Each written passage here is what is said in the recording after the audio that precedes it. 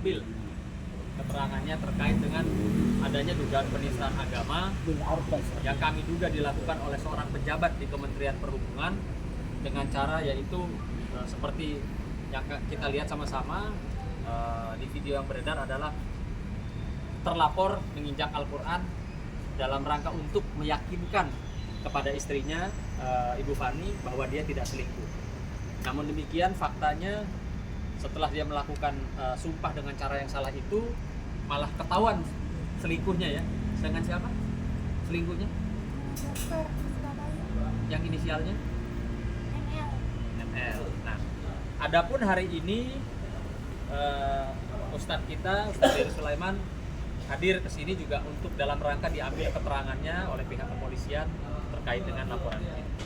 Oke, mungkin Ustadz Dery menanggapi viralnya kasus ini seperti apa sih? Ya. Yang jelas yang melakukan itu karena bodoh. Ya, orang kalau punya ilmu dikit aja, nggak mungkin lagi Quran. Dan mungkin maaf ya istrinya beliau pun Fani pun merekam itu pun karena nggak tahu. Jadi kita nggak ada urusan dengan ketidaktahuan itu. Karena ini masalah sama kayak orang di jalan nggak pakai helm terus nggak tahu, tetap ditilang kan? Iya, tetap ditilang. Nah, jadi kita sebagai umat Islam ya, aku yang mungkin termasuk awal dikasih tahu sama Fani sama Bang Sunan, Ustadz gimana ini ada orang injak Al-Quran. Saya bilang saya nggak mau tuh urusan rumah tangga dia. Yang jelas siapapun yang menginjak Al-Quran itu adalah penistaan agama, harus kita proses sesuai hukum. Ya nanti biar dia selesaikan di pengadilan lagi. Saya rasa begitu. Jadi kita saya berlaku di sini nggak berpihak siapapun ya. Saya nggak kenal juga dengan suaminya Fani, juga nggak tahu dia siapa. Ya Muslim dari kecil apa mualaf? Muslim dari kecil. Kemarin ada yang nelpon saya dibilang dia mualaf katanya. Oh kalau mualaf mungkin banyak berita-berita yang kurang yang berseberangan dengan berita Fani kemarin sih sebetulnya. Maka saya telepon Bang Sunan aku dihubungi nih sama kuasa hukumnya yang injak Al-Quran. Gimana kata Bang Sunan, ini urusannya saya. Sunan Kalijaga yang laporin, bukan urusan Ustadz Dery Sulaiman, ini udah urusan hukum soalnya. Jadi saya sebagai Muslim ya, saya tidak terima subsidi ya, apapun alasannya. Ya, silakan yang bersangkutan datang ke kepolisian dan menjelaskan dan kita proses sesuai hukum berlaku. Kita nggak mau ribut-ribut, capek bang demo-demo ke jalan gitu. Padahal ini sebetulnya lebih berat daripada kasus dulu ya. Kasus dulu ingat nggak yang orang membela Al-Quran yang sampai jutaan orang turun ke Monas kan? Itu bukan menginjak Quran, cuma salah tafsir. Salah tafsir kan, akhirnya itu pun jadi masalah. Jadi Al-Quran ini kitab suci, Al-Quran adalah kalamullah, perkataannya Allah. Jadi tidak ada alasan untuk menginjak, tidak ada alasan untuk dengan alasan tidak tahu itu bodoh banget sih kalau itu.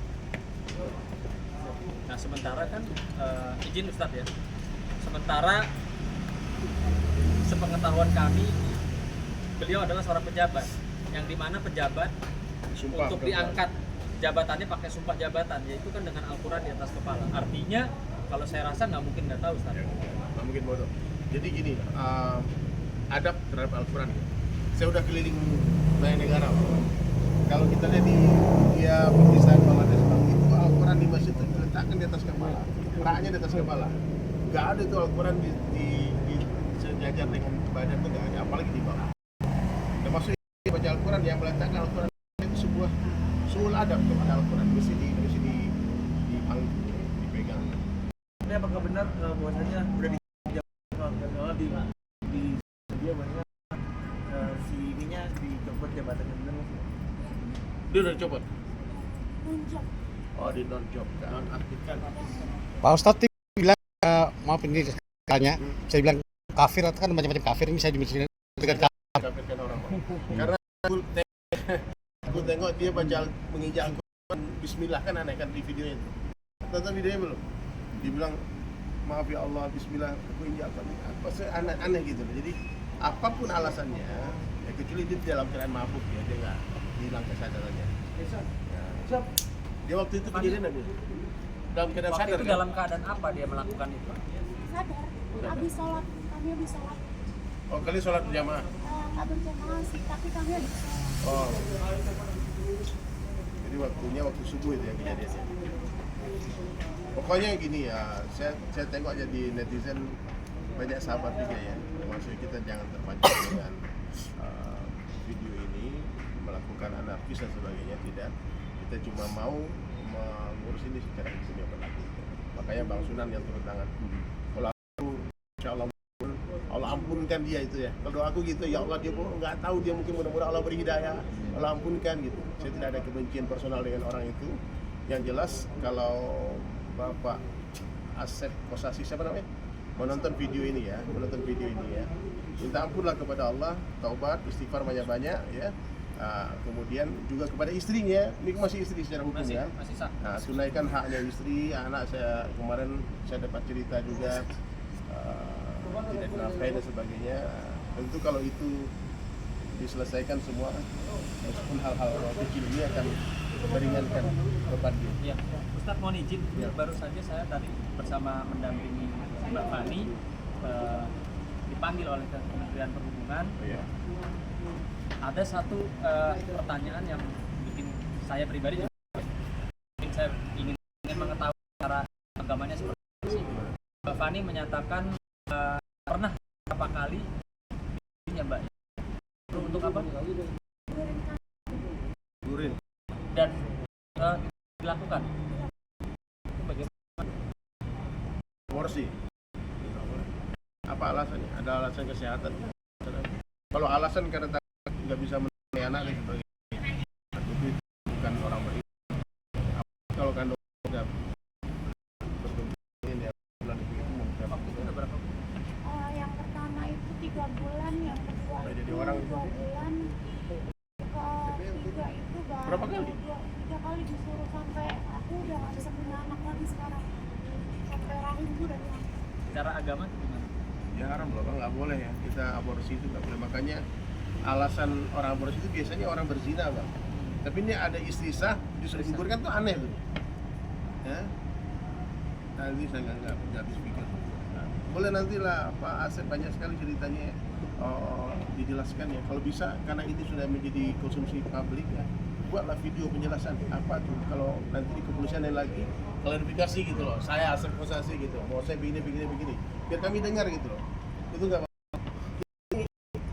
maaf ya, kita harus mendengar dari kedua belah pihak juga kan. Apa persoalannya? Ya sekarang Fani diurus sama Bang Sunan. Saya yakin karena Allah ini, beliau ini terpancing karena Al-Quran aja. Saya jalan-jalan di telepon sama Bang Sunan, dia bilang, brother, udah banget. Orang yang jalan kemana nih? Dia bilang cuma tengok dulu videonya. Di laut kan? Nggak bisa. Pokoknya apapun alatnya tidak diterima. Siapapun yang menghina akan Al-Quran, menginjak Al-Quran. Niat di dalam hati kita nggak tahu ya. Tapi yang jelas apa yang sudah dibuat dan dia sudah direkam dan dia tahu itu direkam ya. Kalau dia merasa bersalah mungkin disuruh hapus. Kalau mau sendirian, kalau mau ngapain itu urusan kalian. Tapi kalau sudah jadi konsumsi publik tentu akan kesalahan terang-terangan harus dijelaskan secara terang-terangan. Tegur juga dengan terang-terangan. Kesalahan sembunyi-sembunyi di setiap kita nasihati gitu. Itu adabnya begitu. Nah sekarang kita lihat Fani di sini ya, saya kasih juga sebetulnya mendengar cerita dari Bang Sunan, dia nggak ada buat makan pun nggak ada, dikasih berbulan-bulan kan ya, dinafkahin ya, kasihan ya. Sementara suami kan bukan sembarangan kepala otoritas bandara, nggak mungkin nggak punya duit. Adalah duit ya, maksudnya untuk menafkahi satu istri kan. Apa berapa istri? Satu aja, banyak nggak tahu. Mungkin banyak istri kita nggak tahu ya. Jadi yang jelas banyak sekali cerita yang harus dibenahi kesalahan yang dibuat oleh Pak Asep Kosasi. Ya, yang penting kasihan nih anak orang kan, masih istri juga ya secara negara ya. Secara agama udah ditalak belum? Udah lewat orang. Talak lewat orang maksudnya gimana? Jadi Pak Asep talak saya lewat pembantu. Bukan saya. langsung ke kamu? Enggak, dia lewat SMS ke pembantu saya. Dia bilang apa? Dia bilang udah nggak mau sama saya lagi. Sampaikan ke Fani aku talak dia Iya, gitu. iya. Itu gimana? Jatuh talak apa? Laki-laki ini jatuh. Jadi gini loh. Walaupun nggak secara langsung. Ya, meskipun nggak ada orangnya, mama antum ini bicara di sini, mama. Aku udah loh, aku bahaya loh niat tuh kayak gini. Karena talak ini bercandanya jatuh, guyonnya jatuh, kalau kali kamu talak jatuh, boleh bermain kata talak. Nah, berapa kali? Pani, talak kali, baru sekali. masih bisa rujuk. Ya, kalau kalian bisa rujuk, kita bukan saya suka melihat orang bercerai ya. Kita pengen kalian ya Pak Asep Kosasi dengan ya saya dengan Sunan, kita sama orang Islam, kita bersaudara, kita tidak ada kebencian kepada Bapak. Ya, Bapak tolong selesaikan urusan rumah ini, jangan sampai istri ya, hari ini baru support financial. Udah jadi silakan terus apa putusan pengadilan